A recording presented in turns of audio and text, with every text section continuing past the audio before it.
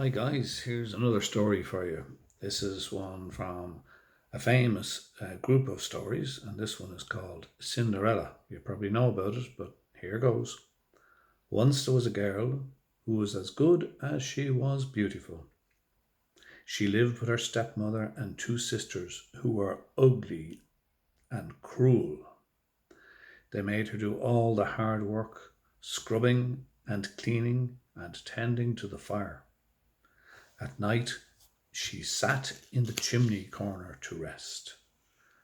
Her ragged clothes were always covered with cinders and ashes, and so she was called Cinderella. One day, the king's son announced that a grand ball would be held. The two stepmothers' two daughters were invited, so they immediately bought the finest of dresses for themselves. Then, as they paraded up and down the room in their finery, they taunted and seized Cinderella because she could not go to the ball. Perhaps it is just as well that you will not be there, they added haughtily. People would only laugh to see a little wench at the ball. Cinderella was used to their jeers, which she suffered day in and day out, and so she said nothing. Indeed, so pure and unselfish was she that she worked harder than ever to help them dress properly for the ball. In spite of everything, though the could not hide their ugliness, they were ugly. When, at last, the moment came for them to leave, Cinderella followed them to the coach, holding back the tears. Oh, poor Cinderella, she was crying. And she waved bye bye to them, uh, and she returned to the fire to clean up.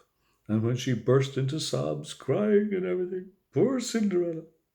Suddenly, ba-dong! Hold on till I get my fairy godmother wand. Ba-dong! Her fairy godmother appeared beside her. Why are you crying, my child? She asked. Oh, I wish, sobbed Cinderella.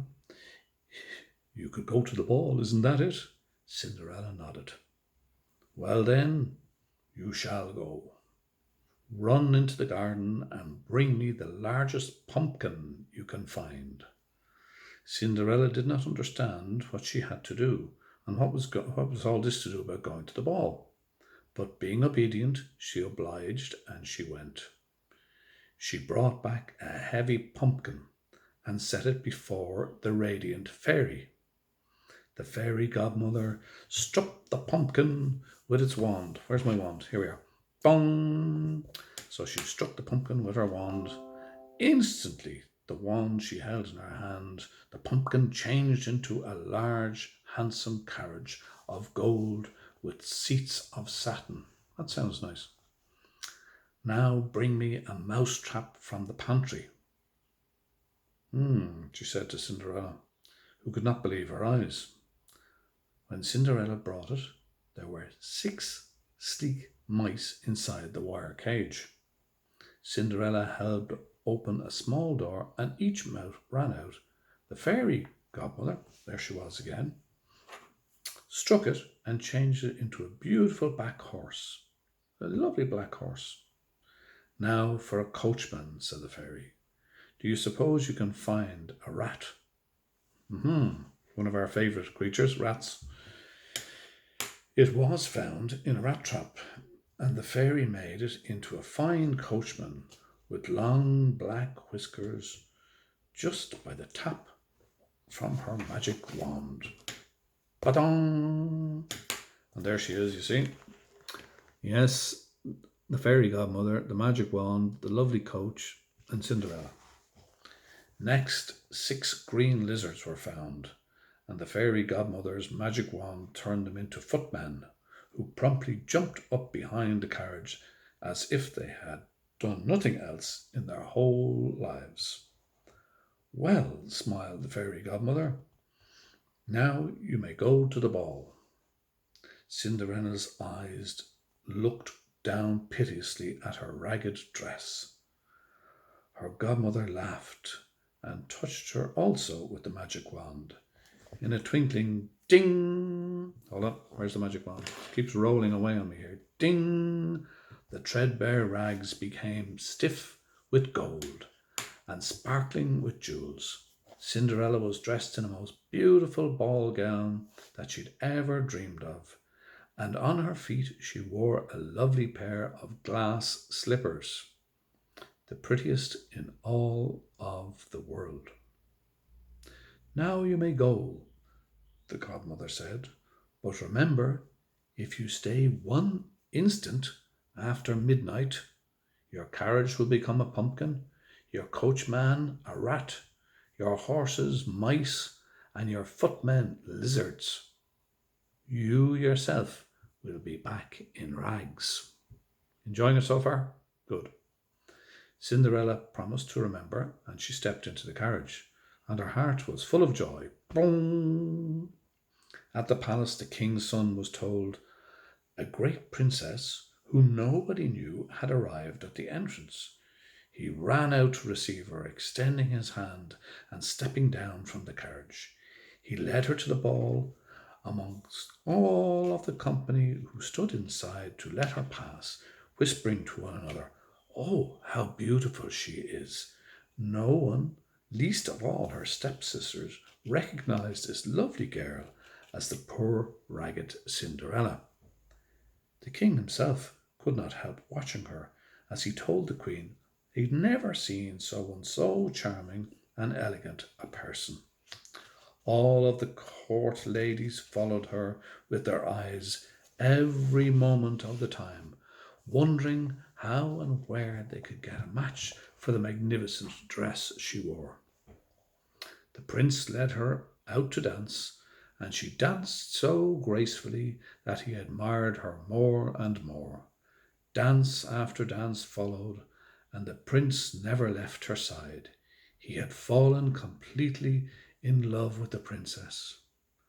So happy was Cinderella that she gave no thought to the time. As she was sitting beside the prince on a stone bench under a bower of orange blossoms, when she heard a clock strike the first stroke of 12. Bong! With a quick curtsy to the prince, she started up and fled away as nimbly as a deer. Dun, dun, dun, dun, dun. Off she goes. Puzzled, the prince followed her as fast as he could, but he couldn't catch her. The guards at the palace gate said that they had only seen a poorly dressed girl hurrying by, certainly no one who looked like a princess. As for the beautiful golden carriage, the coachman and the footman, they too had all disappeared. Only some mice, some lizards, and a big black rat could be seen scurrying off into the bushes. There they go. As the prince turned to go back, he saw something shiny on the palace steps. He stooped down to pick it up and found it to be a glass slipper. Do you remember? She had 2 glass slippers, one for each foot. Very handy. It could only mean that the beautiful princess had lost her slipper in the hasty departure.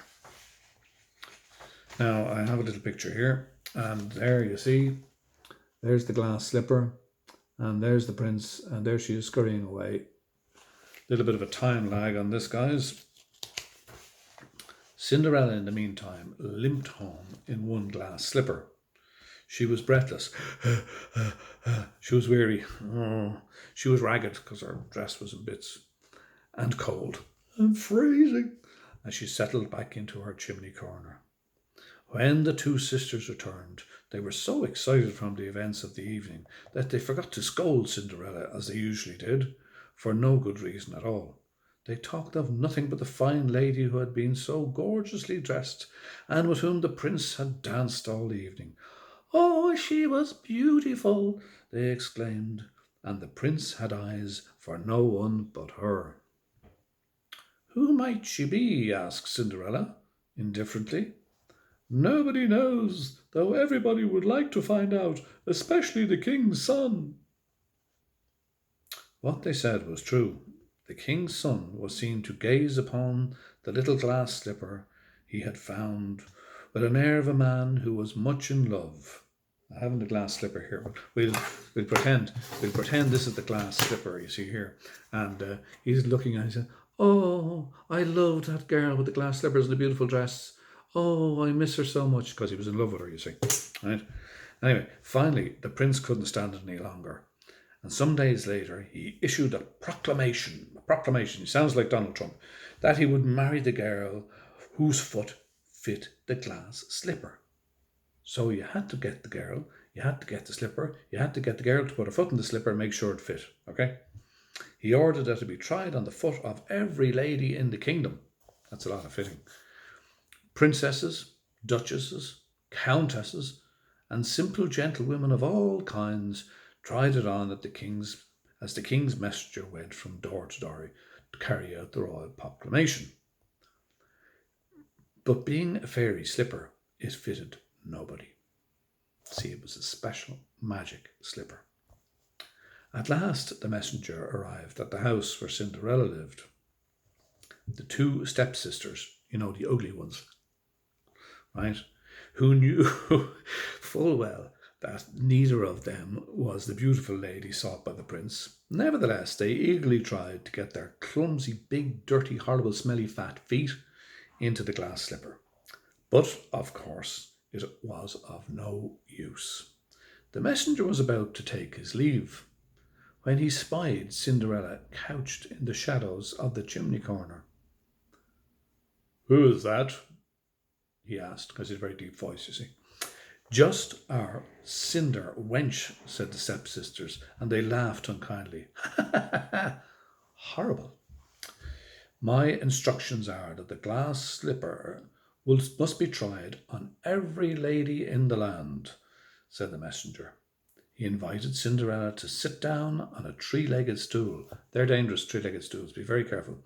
Always sit on them correctly. And then he found himself that the slipper, it fitted perfectly to her little foot. It fitted exactly.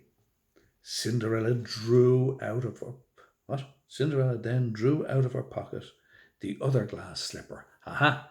You see, she was no Egypt. She had the other glass slipper in her pocket. Also could be dangerous. And she'd keeping it hidden ever since the night of the ball, and had slipped it on her other foot. The fairy godmother appeared suddenly, touched Cinderella with her wand. Ding! Cinderella stood dressed as she had been on the night of the ball. Oh my God! Now at last the stepsisters recognized her. They threw themselves at her feet, begging for her pardon for all their unkindness. Imagine that. They gave her a terrible time, and now they're begging her for forgiveness. Cinderella, who could not do otherwise, forgave them readily and hoped they would love her always. Taking a chance on that pair. Then she departed for the palace with the king's messenger. The happy prince, the prince was so happy, he was delighted, who found her more lovely and more lovable than ever, claimed her for his bride. They were wed at once and lived happily ever after. Now, I hope you like that.